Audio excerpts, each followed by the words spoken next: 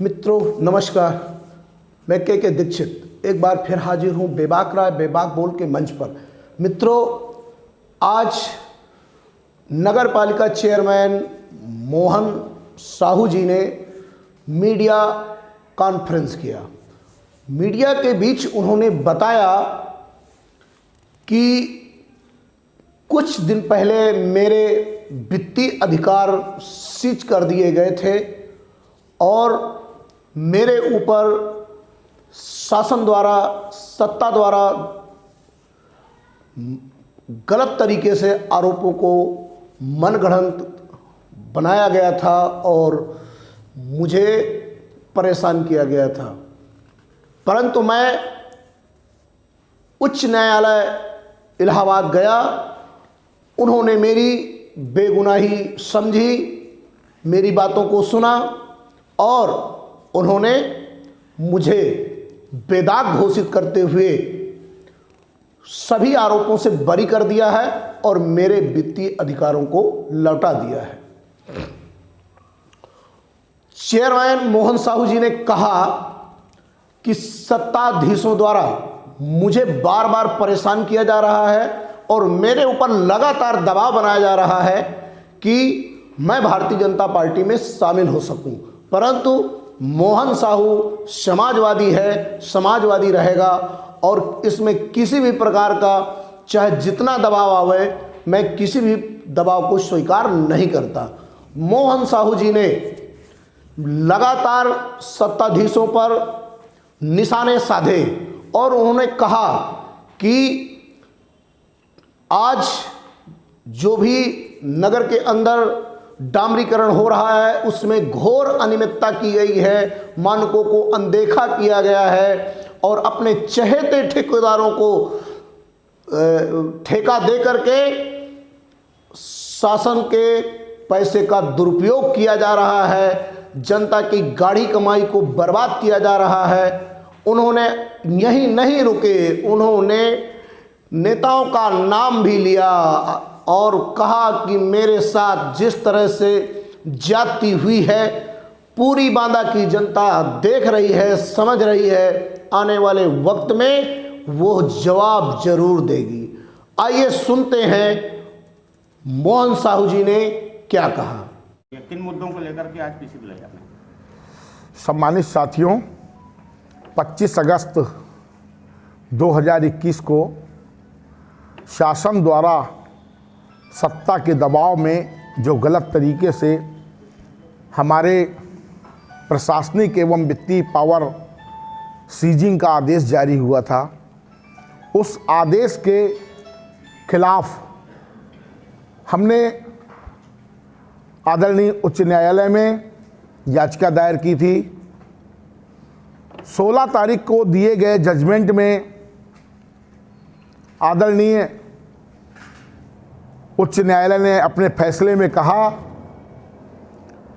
कि 25 अगस्त को जारी किया गया आदेश निरस्त किया जाता है। उसकी मैंने कॉपी आप लोगों को प्रस्तुत की है। उसमें कई प्रकार के गवाह जो हमने माननीय उच्च न्यायालय को दिए थे वो भी उसमें बताए गए हैं। दुख की बात यह है कि सत्ता के दबाव में जिन लोगों ने कार्रवाई की और शिकायतकर्ता जो थे सदर विधायक, जिनके तमाम लोगों ने भाजपा में शामिल होने के लिए गलत तरीके से हमारे ऊपर जो दबाव बनाया था, हमने उस दबाव पर कभी भी आने का काम नहीं किया। हमेशा ईमानदारी के साथ पालिका को और इस शहर को अच्छा बनाने का काम किया। अभी सदर विधायक ने बांदा में जो रोडें बन रही हैं नगर पालिका के द्वारा, आप देख सकते हैं उन डामर में कितना मिक्सअप किया जा रहा है, कितना भ्रष्टाचार किया जा रहा है। क्योंकि सदर विधायक प्रकाश द्विवेदी ने अपने घर में बैठ करके ठेकेदारों को ठेका देने का काम किया है और उनसे एडवांस में पैसा लेने का कार्य किया है। ये मैं आपको खुला बता रहा हूँ। और अगर आपको मैं अभी तक देखिए पालिका नहीं गया, मुझको अंदर की जानकारी नहीं है, मगर मुझको जो बताया गया वो स्पष्ट बताया गया कि एक सुरेश गुप्ता है कोई और एक लल्लू साहू है कोई। इन दो ठेकेदारों को नगर पालिका से पूरी सांठगांठ करके सदर विधायक ने पूरा काम शहर का दे दिया है। और करोड़ों रुपए का काम है ये, 2-4 10 लाख का, 20 लाख का, 50 लाख का काम नहीं है, ये करोड़ों रुपए का काम है जो नगर पालिका का होने जा रहा है। और गलत तरीके से उसके भुगतान भी कराने का प्रयास कर रहे हैं। और सदर विधायक ने धमकी दी है कि मैं चेयरमैन के आने के पहले पूरे भुगतान करा दूंगा। इस पर भी आप सम्मानित साथियों को निगाह रखने की आवश्यकता है। अगर वाकई आप लोग तीव्रता की निगाह रखते हैं और शहर को अच्छा बनाने में आप लोग मेरा साथ देना चाहते हैं तो इसमें आप लोग जिलाधिकारी महोदय और कमिश्नर महोदय से हस्तक्षेप करने की मांग करिए। किस तरह के आरोप लगे थे जब आपका पावर स्विच हुआ था? आप लोगों को मालूम है जैसा कि 8 बार टेंडर निरस्त करने का आरोप लगाया था।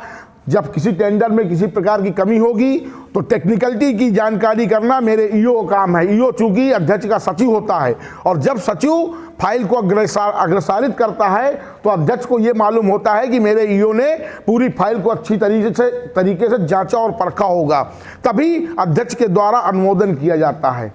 इन आरोपों को दूसरी आरोप लगाया था मकान दर्ज कराने का। 36 लोगों के नाम दिए थे मकान दर्ज करके पैसा लिया गया है, जबकि उन 36 लोगों ने हलफनामे दिए थे कि हमसे किसी प्रकार का 1 रुपए नहीं लिया गया और पूरी पत्रावलियां हमसे ली गई हैं। तीसरा इन्होंने आरोप लगाया था कि 16-18 लाख की लाइटें ली गई हैं जिसमें उनकी जांच नहीं कराई गई। महोदय, मैंने लाइट ली थी, लाइट का टेक्निकलिटी जांच करता मैं नहीं हूं, मैं एक्सियन नहीं हूं।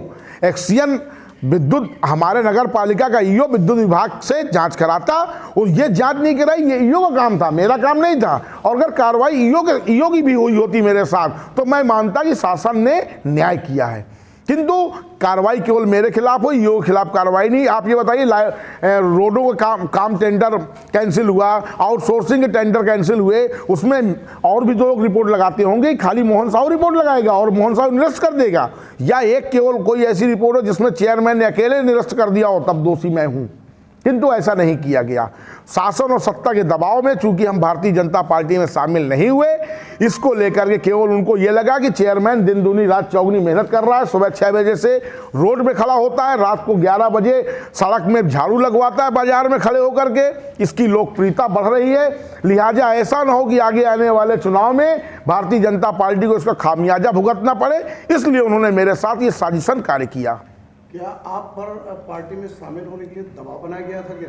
एक बार नहीं, सैकड़ों बार बनाया गया। ये मैंने पहली प्रेस वार्ता भी कहा था, अभी भी कह रहा हूं कि भारतीय जनता पार्टी में शामिल होने के लिए मेरे ऊपर बरोबर दबाव बनाए गए, किंतु मोहन साहू ने उन दबाव से हमेशा निकलने का कार्य किया है और हमेशा वादा किया है कि मोहन साहू में जब तक जान है खड़ा रहेगा, अड़ा रहेगा, लड़ता रहेगा, न झुका हूं न झुकूंगा। क्या आपको पूर्वाग्रह का शिकार बनाया गया?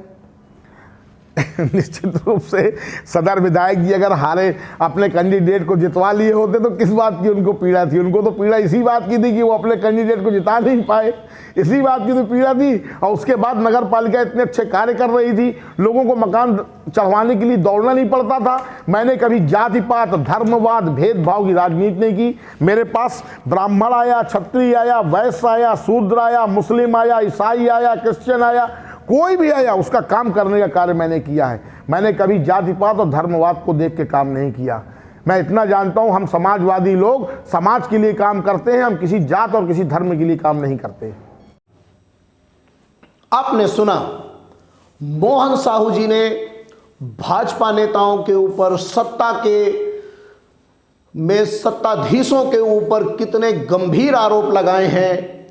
अब ये तो आने वाला वक्त ही बताएगा कि आरोप सही हैं या झूठे थे, यह तो जनता तय करेगी। आज के लिए बस इतना ही। जय हिंद, जय भारत।